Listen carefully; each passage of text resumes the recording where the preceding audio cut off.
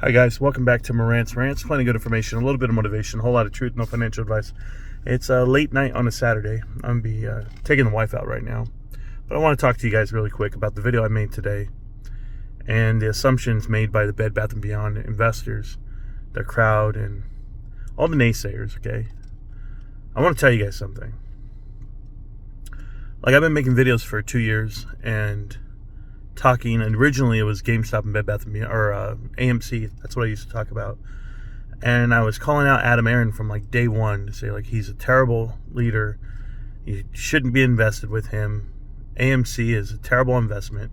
And I had half of the crowd out there that was like, yeah, who cares? It's a short squeeze. We're here for that reason. We're not here for fundamentals.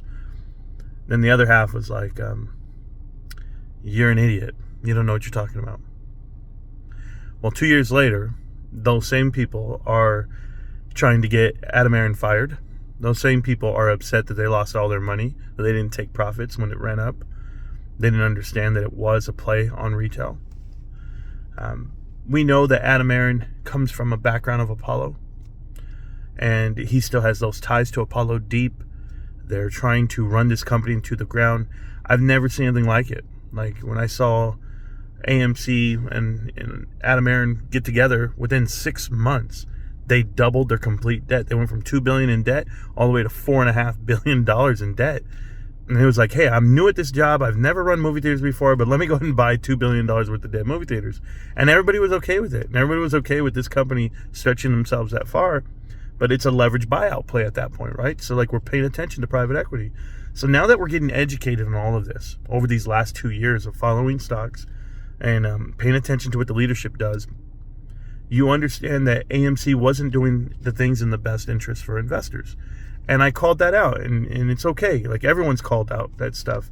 But let's go ahead and look forward to the next moment in time that we talk. We're looking at Bed Bath & Beyond. Bed Bath & Beyond, everyone's like, well, Ryan Cohen bought in, so we should all buy in. And that wasn't the case for me. I didn't really care about that. And I wasn't going to get into it. I just let it happen the way it happened. But whenever, and excuse me, my wife's getting in the truck now because we're going to be going out, like I said. So anyway, I was letting it happen the way it did. And I didn't even pay attention to Bed Bath & Beyond. I wasn't going to get involved or put my money in there or do anything. So when, seatbelt, please, honey. It's okay. When Ryan Cohen got involved, I did not buy in. You guys know I'm not a chaser. I don't chase stocks. I don't do it that way. But everyone has this idea of Ryan Cohen's coming in. He's going to save the world. And so they're all going to go buy in. They did not buy in because of the fundamentals of the company. If you ever saw the balance sheet, it was terrible. It's even worse now. And that's because they got out the CEO. They got in Sue Gove, and she's in there.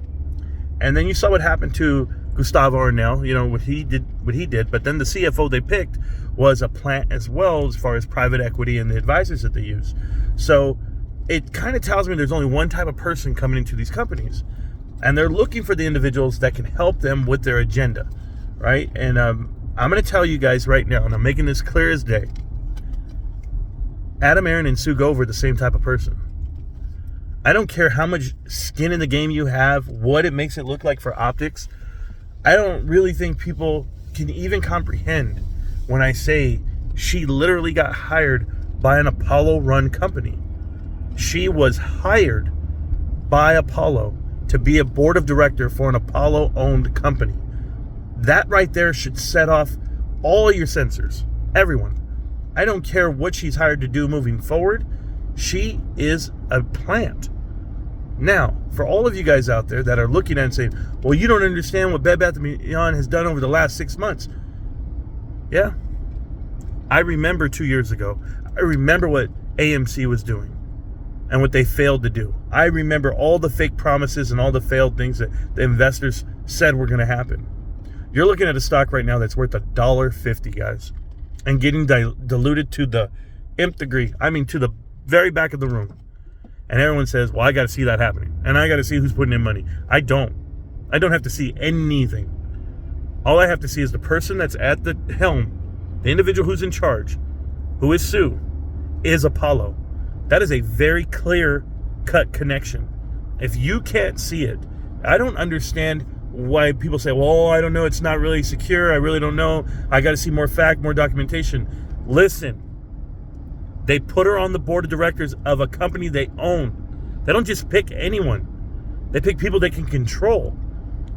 Now she left that board, and now she's here at Bed Bath & Beyond out of nowhere. And you think it's because, oh, well, Ryan Cohen bought it. Ryan Cohen left, guys. He's not there. You guys are all waiting for a Carl Icahn story or a Ryan Cohen RC Ventures story or Volution Capital investment or some type of merger. I don't care what happens. You cannot put money with people you don't trust. That is the difference here. And if you guys are investing for a squeeze, well, shit, man. You guys really don't get it. How many squeezes do you know of? How many have you been watching? Or they're pump and dumps? Oh, but look, it went up to $7. You guys can go and play with the $7 calls, with the $5 calls. You guys can do whatever you want. It's your money to lose. But when people put actual facts in front of you, like myself or Badass Trader, literally break down every single aspect of the hire or of the way private equity infiltrates these companies, infest the board. They take over from within. It's a playbook that's been used since the 90s, the 80s, the 70s. Once they found out they could destroy companies from within, what did they do? They started putting money on the play. They fixed the game and put money on the play. And you're wondering, why isn't it happening right now? Well, why didn't they drive to the ground right now? Go watch the interviews, guys. Go watch the interviews. Go watch everything you can about distressed credit investors. Please. They have 10-year funds. They have 5-year funds. They put in money for a long time. They just park it away. And they don't, and they're playing it out for the longest play of your lifetime. And they make billions doing it. So I'm going to tell you right now, right here on this video, and I'm going to make it very plain for everybody. Bed Bath & Beyond will be the next AMC. They already are.